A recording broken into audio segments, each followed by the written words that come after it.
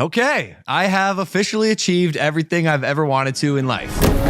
Logan Paul looking to shock the world. Do bad things to him, Logan. That's my guy. Oh, lucky punch. What the hell are we witnessing, Michael? It's torn. But not because of all that, because of this. His name was everywhere. 20-something years old, tens of millions of followers, a merchandise empire, a boxing career that had no business working, and yet somehow did. Logan Paul was one of the most bankable names on the internet. But somewhere between the spotlight and the stunts, something went very, very wrong. He can borrow my bad news podium for his entrance, but I'll leave that to one side. And in 2023, the walls started closing in.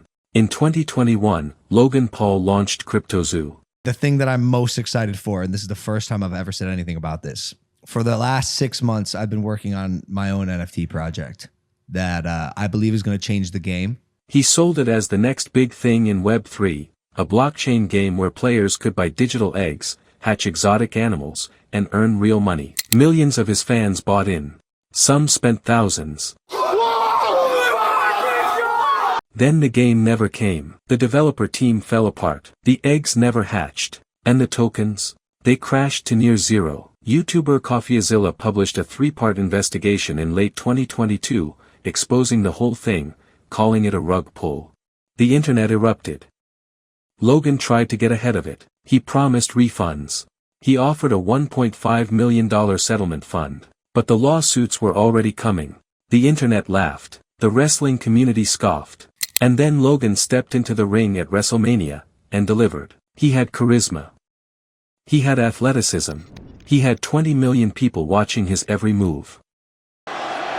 Pointing at the sign. Listen, Logan Paul shocked the entire WWE universe by taking the head of the table to the limit. The WWE deal didn't just give him income. It gave him legitimacy. It gave him a brand reset. While lawyers were fighting his battles in courtrooms, Logan was body-slamming opponents in arenas. Logan Paul looking for 3 amigos of his own. And he pulls it off. Paul with the 3 amigos. Now, let's be clear about something. Logan Paul did not file for bankruptcy. Headlines love to sensationalize. And yes, the CryptoZoo lawsuits, the class actions, the reputational damage, it was all real. It was all serious.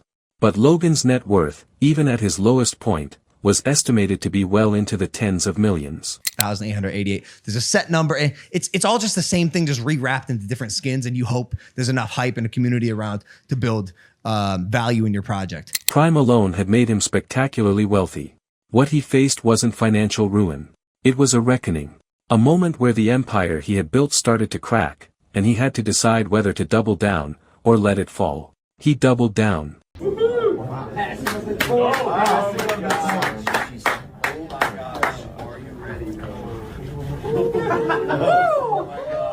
The story of Logan Paul isn't really about one man going broke. It's about what happens when fame moves faster than judgment. When an audience of millions gives someone the power to launch anything, and they launch the wrong thing.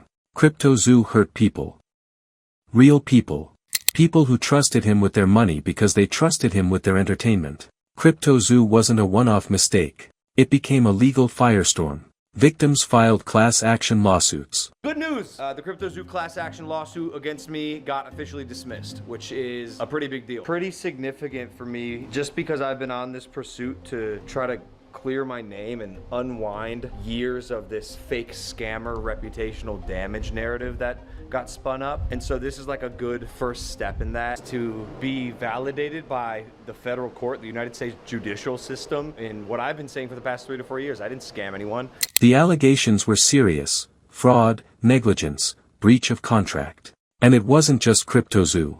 Over the years, Logan had accumulated legal battles, disputes over merchandise, business deals gone sour, contract claims. The man who once seemed bulletproof was suddenly facing millions in potential liability. His legal team went into overdrive. His PR team went dark. And publicly, Logan went quiet. Here's the thing about Logan Paul: he's not just a content creator. He's a businessman. And in January 2022, he co-founded something that would change everything. Prime Hydration.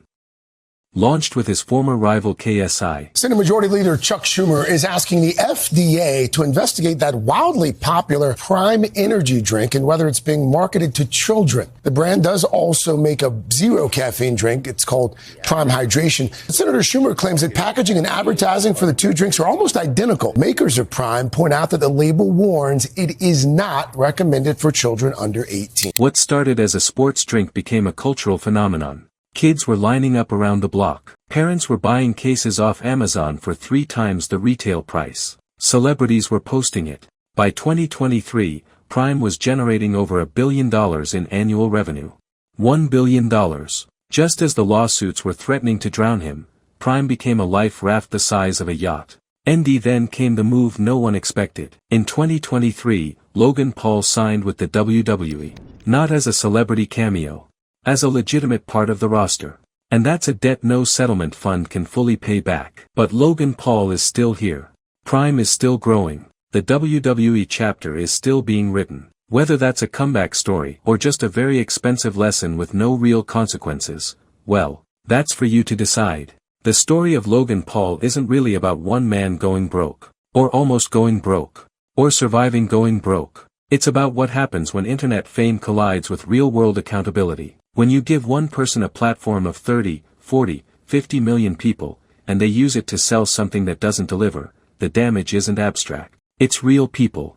Real savings. Real families who believed in the pitch.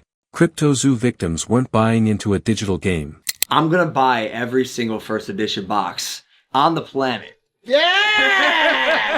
Is that financially right? I'm selling my house. I knew you were gonna say that. I knew that was something. I knew it. I'm selling my house for Pokemon cards. Hey, but I'm serious, guys. I'm gonna buy every box on the planet and put on the biggest events of the year to the day that I die. They were buying into Logan Paul. They trusted his name.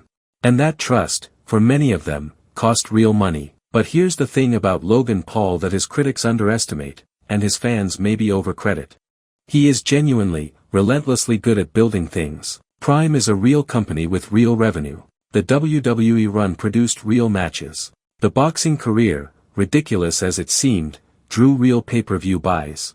Logan Paul lives in a world where image is currency and attention is infrastructure. And even in the wreckage of his worst scandal, he never stopped building. Whether that makes him admirable or alarming, probably depends on whether you lost money on CryptoZoo. The internet gives second chances to people with enough bandwidth. Logan Paul had more than enough. He almost went bankrupt, financially, reputationally, morally.